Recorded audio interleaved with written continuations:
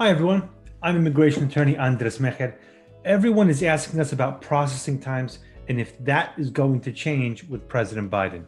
Biometric appointments have been taking a very long time to even get a notification of an appointment. Visas are delayed.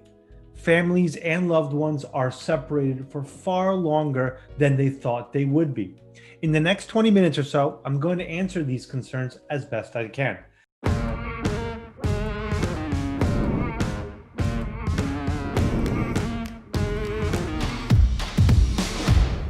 Let me introduce myself. My name is Andres Mejer. I'm an immigration attorney and an immigrant.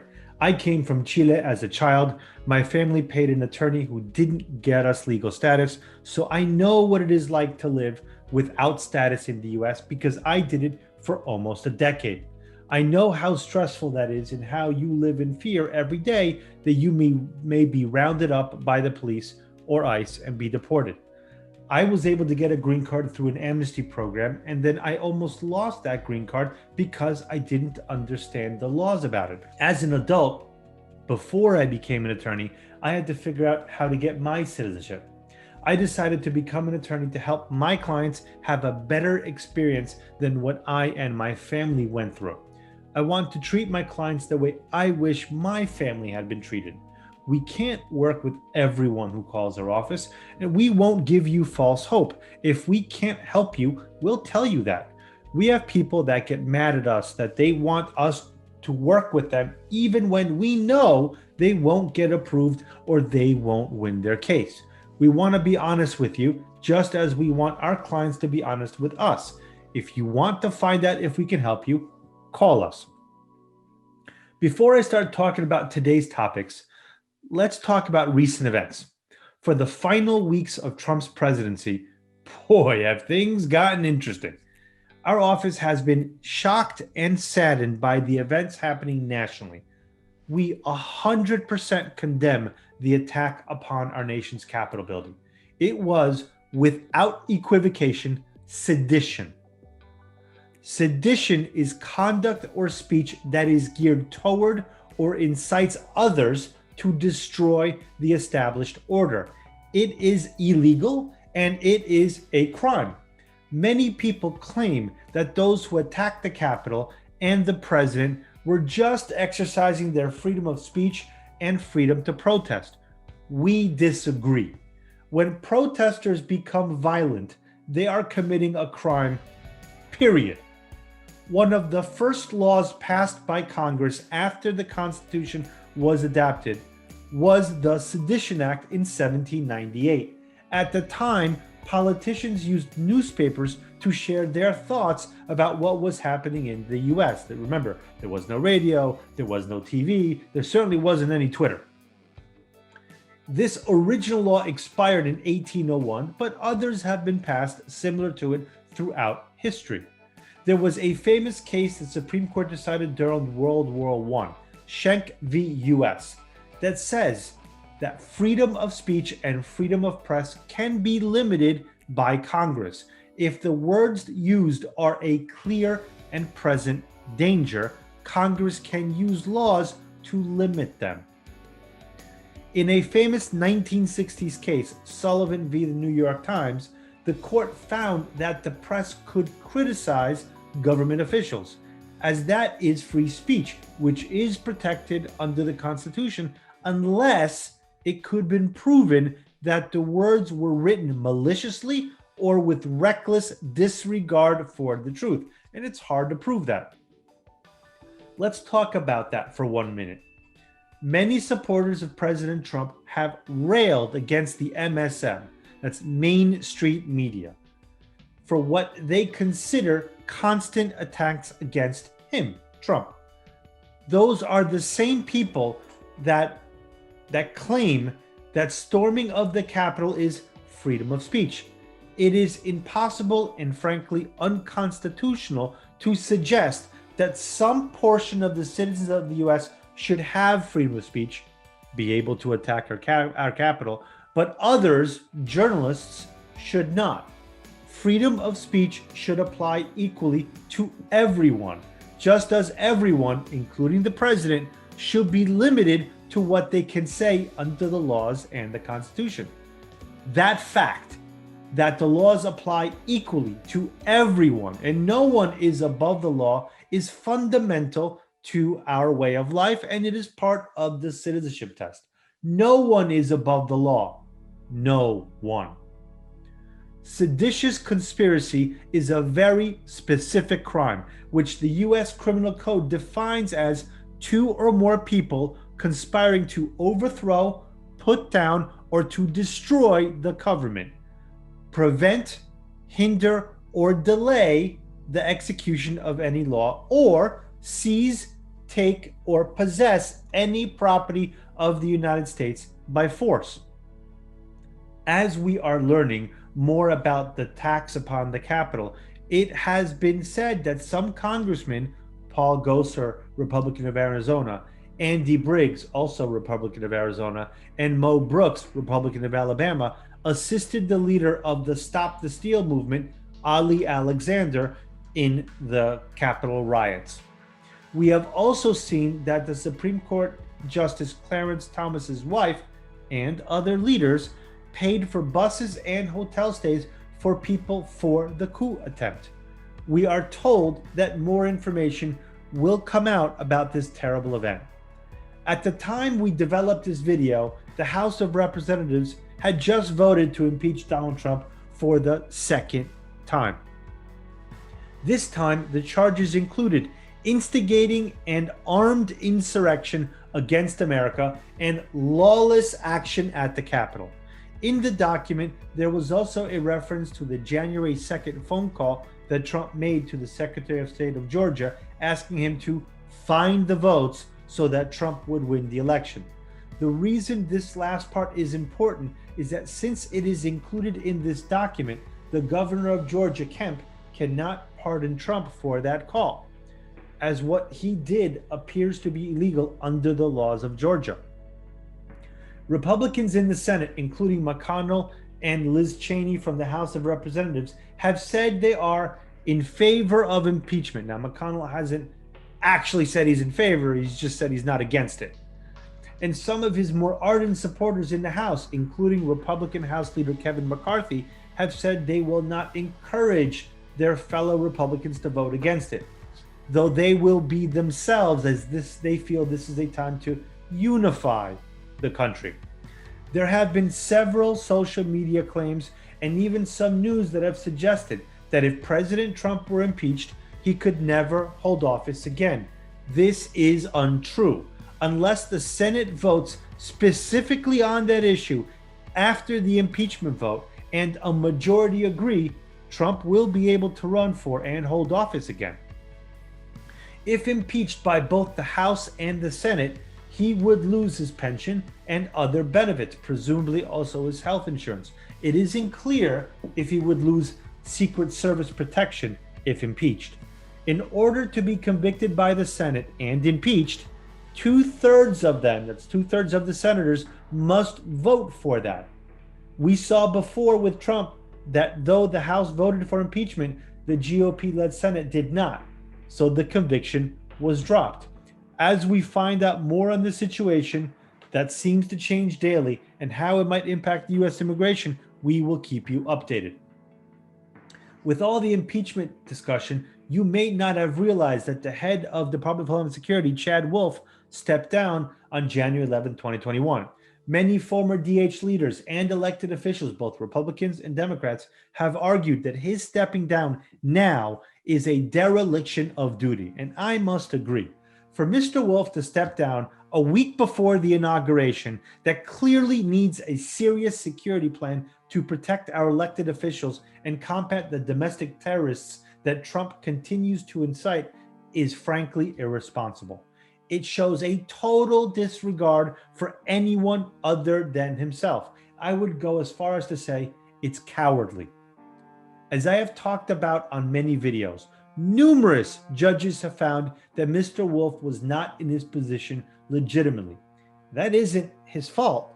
This administration has repeatedly ignored the laws of the United States. His stated reason for resigning is that he wasn't legally appointed. Again, those are the actions of a coward. If he was outraged by what Trump did, he should say so. But to argue that it's because of how he was appointed is just not accurate. The first court who found he wasn't in his position legitimate was in March 2020, then again in November 2020, and 2 other courts since then. Why didn't he step down sooner?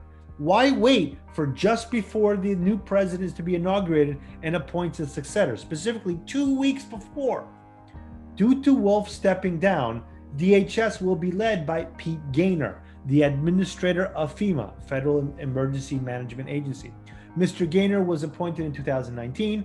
President-elect Biden has said his choice is Alejandro Mayorkas to head DHS, who will need to be approved by the Senate. I think this is a good choice for Alejandro Mayorkas, and we look forward to the positive change Mr. Mayorkas will make within this department. We think things will start to turn around for immigrants and immigration to the U.S. once he is appointed and approved by the Senate. In a related item of interest, we have good news for asylum seekers. There were sweeping changes for asylum by the Department of Justice and Department of Homeland Security that were set to go into effect on the 11th of January of this year, 2021. In essence, it would have ended asylum to the U.S. On January 8th, 2021, just 3 days before it was to take effect, a preliminary injunction was issued to completely stop these changes. The judge's reasons was because Wolf was not duly authorized acting secretary and his actions were thus invalid. This is the 5th federal court to say that Wolf was not acting legally, and therefore the policies and rules that he put in place are stopped, at least temporarily. We presume with the changing of administration, any appeals for these decisions will be dropped and the policies will die and go away. We will keep you informed of what that means for you and your immigration journey. If you're here for the first time, please subscribe to the channel and hit the bell to be notified when we release any new videos, which we do weekly. That way, you will stay up to date on immigration news that matters to you. We've had several questions about the next topic on many of our YouTube videos. Why haven't I gotten my biometric appointment yet? How much longer do I need to wait? We know it is frustrating. Usually, once USCIS gets your application and accepts it, they send you a biometric appointment notice within 2 to 4 weeks. Your biometrics appointment, where they take your fingerprints and get other identifying information to do a background check, is often scheduled quite close to this date. For most part of the country, it's historically been within a month. Since COVID shut down many USCIS offices and all biometrics appointments were canceled. People have continued to apply for immigration benefits, and a variety of factors slowed USCIS down. Now, over 1 million applicants for green cards, visas, and adjustment of status applications are waiting to get their biometrics done. Unfortunately, until the biometrics are taken, USCIS won't process your case, so this is important for all of those families. Your biometrics appointment will take place at an ASC, that's an Application Support Center. You will need to give your fingerprints, a photo, and your signature. You will receive an I-757, that's a notice of action, in the mail. That notice will include the date, time, and location of your appointment. If you have an attorney, they do not need to go with you to this appointment. You are not being interviewed. The notice will tell you what to bring with you. Be sure to bring a valid photo ID and copy or copies if you get several of your appointment notice. USCIS said they will not accept any walk-ins to the ASC. So if you do not bring a copy of your notice, they will not let you in. Anyone 14 or older must sign the document to say that all the information is true and correct and that they are who they say that you are. If you don't understand English, you can bring someone with you to interpret. If you must reschedule your appointment for good cause before it takes place, follow the instructions on the notice. USCIS has said that they are slow right now with both rescheduling the canceled appointments and in processing the data they have received from those who have already had their appointment. USCIS said that 1.3 million applications are waiting for biometric data as of mid-December 2020. Almost 300,000 biometric appointments were canceled between March and July of 2020. ASC were reopened starting in July. However, because of COVID, lockdowns in states, and staffing shortages, ASCs have been closed throughout the country. Usually, when you go to a biometric appointment, it only takes 10 to 15 minutes to gather the necessary information. After you leave, they send your fingerprints to a local law enforcement agency for the background check. Good news. USCIS said they will now reuse previously collected biometrics data to speed up the process. Therefore, if you have had your fingerprints taken for USCIS before, they won't make you do it again, meaning they're going to waive your physical appointment. USCIS has also said if they have your biometrics and will be waiving your appearance, you should get a new notice explaining that to you. Not all applicants with their biometrics waived, not all applicants that have previously applied will have their biometrics waived, even if you provided them before. They have an internal procedure for whose they will waive and whose they won't. If we find out more about this process, we will let you know. If you don't go to your biometrics appointment when it is scheduled, your case may be denied. As I said before, if you don't bring your appointment letter, they won't let you in. In the past, if people missed their appointment, they could sometimes go and get in line and get fingerprinted that day, even though they missed their appointment. That is no longer the case. Do not miss your biometric appointment. If you are going to miss it due to a medical reason, contact them before it is scheduled to have it rescheduled. On January 12, 2021, USCIS issued a statement about renewals for their green card. Previously, they would send you a sticker to put on your green card to extend the validity of your green card.